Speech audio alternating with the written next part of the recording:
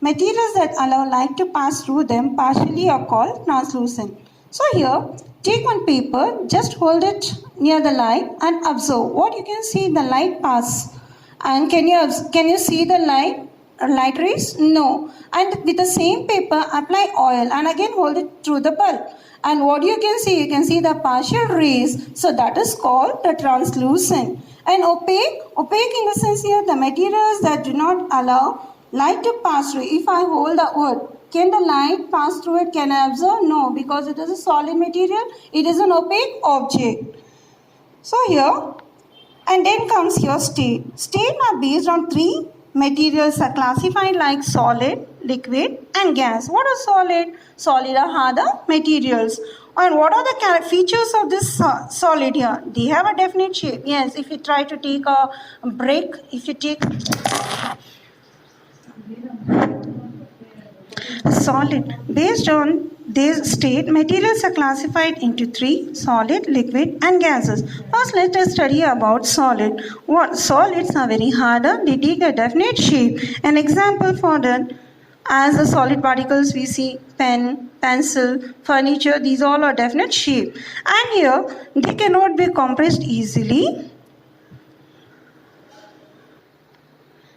They have a definite shape and volume. They cannot be compressed easily. The particles they are made up of are packed very tightly. You can observe this picture, page number 61. And now let us study to the next state called liquid.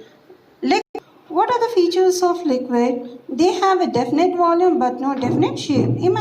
Just take a tumbler, fill it with water, it takes a shape, right? And they take the shape of the container they are not poured in. If you are just putting in some container, it takes a shape. As you leave it, do it take a shape? No. They can be compressed more easily than solid. Opposite to solid and liquid. The particles they are made up of are not so tightly packed as in solid. So solids are tightly packed up, but liquids are not tightly packed up because they are easily than solids. Example for this, water and oil.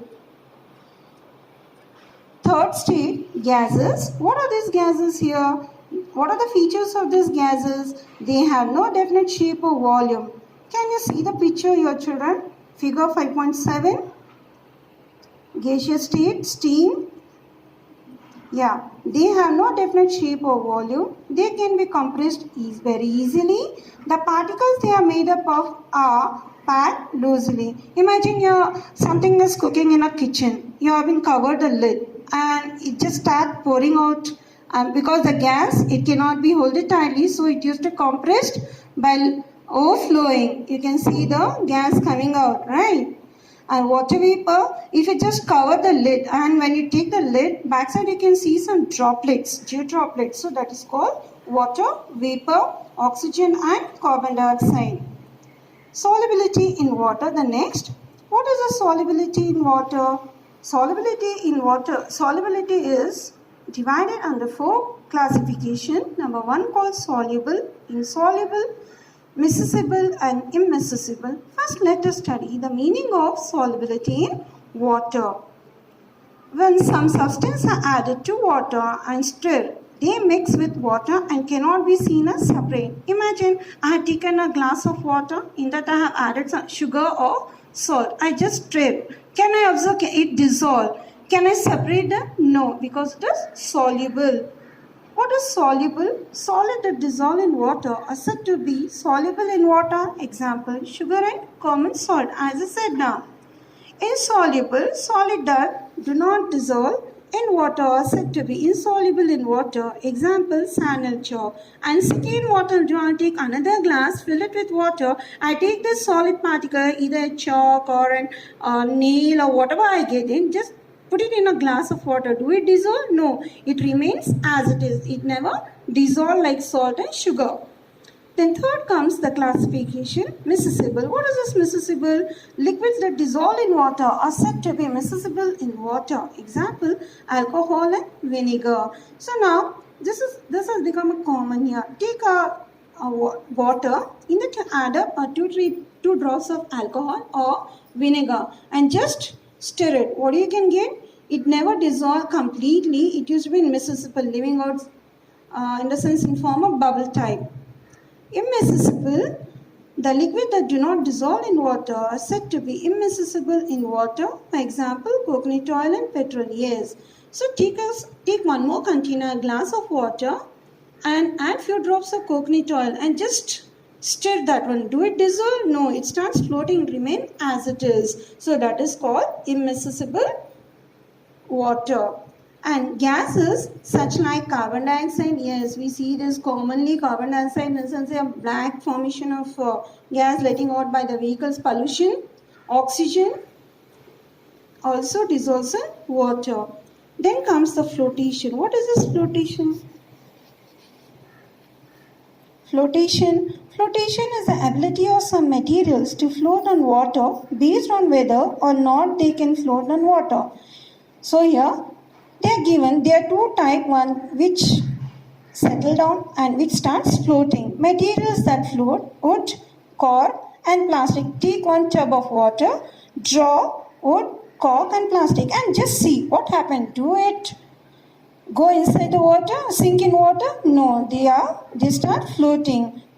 And one more, you take the another part of the thing like rock, metallic materials and just put it in the water. Do it float? No, it starts sinking in water because it is heavy materials and the lighter material float in water, heavy materials sink in water. So that is called the flotation. And then next comes magnetism. What is this magnetism? How we are going to see, how we are going to refer this type of material get attracted to the magnet here? Only the material which get attracted to magnet, that is only iron ore. Okay. So let's study about the magnetism. Magnetism is the ability of some materials that get attracted to a magnet based on or whether or not they get attracted to a magnet. Materials can be classified like magnetic and non-magnetic. If I take a nail near the magnet, what happens? Get attracted. Yes, this is a magnetic. And non-magnetic, if I take a pencil or chalk or eraser, do it get attracted? No, it doesn't get attracted here. So such type of materials are called non-magnetic materials. You can just see this picture. And one more children here, just take some small fillings of iron and take a magnet, take one paper, mix it with some sand and the pieces of iron. Take a magnet below the paper and just upwards and downward, just you do one small exercise. And what happened? Only the material which is of iron, it tried to get attracted to the magnet and the sand remain as it is. Do this activity, children. Next. Now let us study the next topic, conduction of heat. What is conduction of heat? Conduction of heat is the ability of a material to allow heat to pass through it. Based on ability materials, they are classified as follows. You can just see the picture, children. Conductors of heat, the materials that allow heat to pass through them are called conductors. Can you observe the pan? And here we have the plastic regulator, insulator, which will get heated. The metallic, in the sense here, the conduction of heat get passed to the pan here, metallic, not to the insulator. So here, that is called the insulator of a heat. The good conductor of the heat which allow the heat that pass through them are called the good conductor, that is the pan here. And the insulators of heat, the materials that do not allow the heat to pass through them are called insulators. So heat is not passed to the insulator. Example, wood, plastic, glass. So heat cannot pass to that one, only to the good conductors where the heat can be passed here.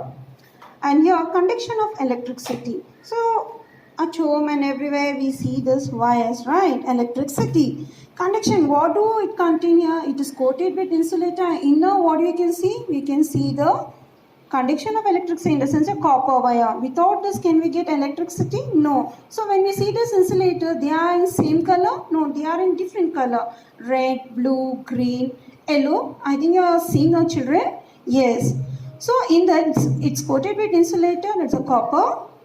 Conduction of electricity is based on material, electricity, like conductors and again insulator. The materials conduct electricity are called conductor. Example, copper is used to make wires. And insulators are not a good conductor, that electricity cannot be passed, so they are called insulator. Example, wood, plastic, rubber and glass. Okay. So now you have one classification. In previous class we have studied the topic fiber and fabric. Yes children, fiber and fabric. Fiber in the sense of thread. There are two types of fiber. One is called a natural and synthetic. Natural are of two types, where we get naturally from plants and animals.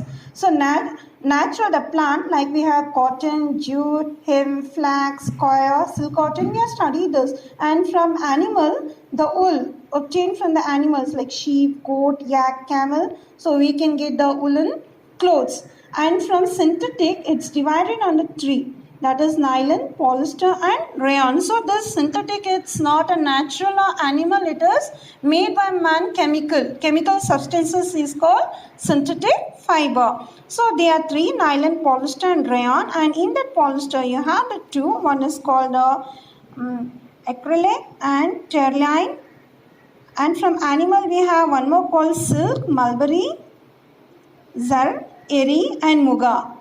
So what you are going to do? You are going to do an activity on this way. They are given a classification. You are going to take the natural, animal. You are going to collect the varieties of fiber and you will get an idea. This is obtained naturally of animal and plant, and this is a synthetic. You are going to do that activity, children. The classification, the process of grouping things on the basis of their property, as we are studying. So the luster, gold, non-luster, earth, roughness, bark of a tree, smooth, mirror, hardness, there are two: hard and sand, hard, silver, soft, sponge. And the state of materials are classified into three: solid, liquid and gas. And next comes here the solubility of water, that dissolves in water and which doesn't dissolve in water, soluble, insoluble, miscible and immiscible. And here you had examples. And transparency, transparent where the clear glass, example, translucent, oil paper, opaque, material, earth, flotation where the materials get float and sink, magnetism, the materials get attracted and not attracted, example, iron and earth, and conduction of heat or of two. One is called the good conductor and the second is called insulator. Good conductor, example, iron, and insulator is called earth. Conduction of electricity, that is from copper, insulator is plastic. Yeah, I hope children you have followed this topic. And before this, I would like to give one small activity. You are going to collect as much as things of materials like transparency, transparent and opaque. Stick the pictures in your classwork. And to the first page, to the starting, you have the properties of materials. So what you are going to do, you are going to classify them. So observe the picture. If that material is matching with W, you are going to write W. If it is matching with G, to that object, you are going to write on G. Okay, children? I hope you have followed this topic. Thank you.